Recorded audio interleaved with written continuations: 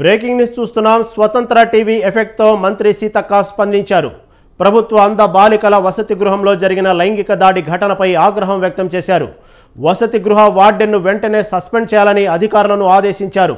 ఘటనపై వెంటనే ఉన్నతాస్థాయి కమిటీని నియమించి సమగ్ర విచారణ చేపట్టాలన్నారు. ఘటనతో సంబంధం ఉన్న విధుల పట్ల అలసత్వం వహించిన సిబ్బందిపై చర్యలు తీసుకోవాలన్నారు.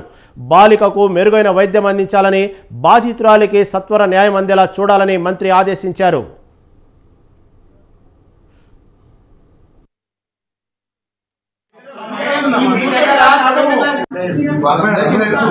ఏం జరుగుతున్నది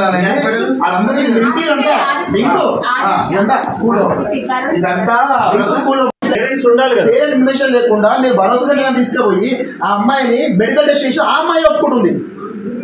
నేను ఎప్పుడైనా కదా మీరు పేరెంట్స్ ఇంటిమేషన్ ఇచ్చిరా, ఇవ్వలేదు, తీసుకోమని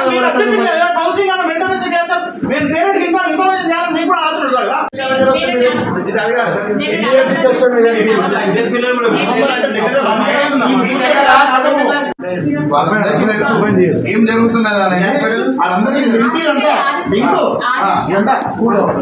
ఇదంతా పేరెంట్ ఇన్ఫర్మేషన్ లేకుండా